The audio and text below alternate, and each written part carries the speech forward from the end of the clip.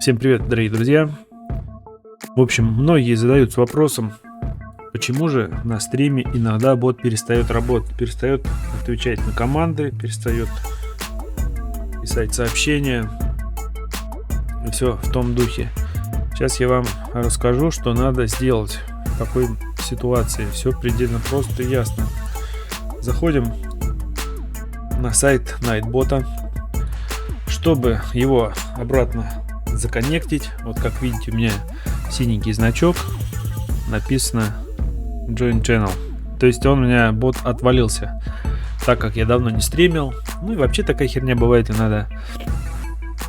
Вот, заходим, значит, на главную страницу Nightbot, Dashboard. Вот. И, короче, просто-напросто нажимаем Join Channel. Нажимаем.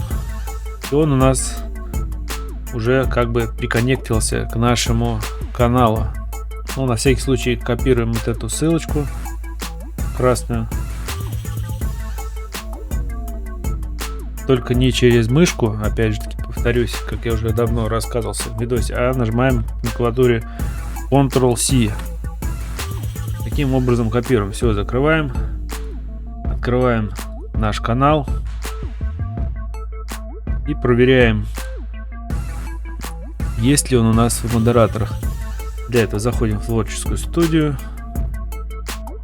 Открываем настройки, сообщество. И в модераторах смотрим, есть ли он у нас или нет.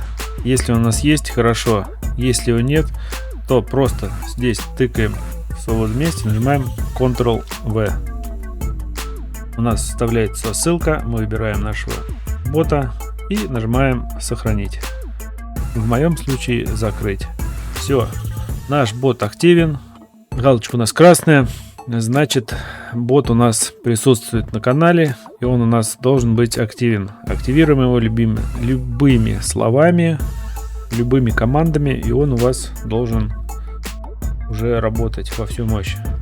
Вот таким вот образом мы активируем бота, если он у вас перестал отвечать вашим требованиям.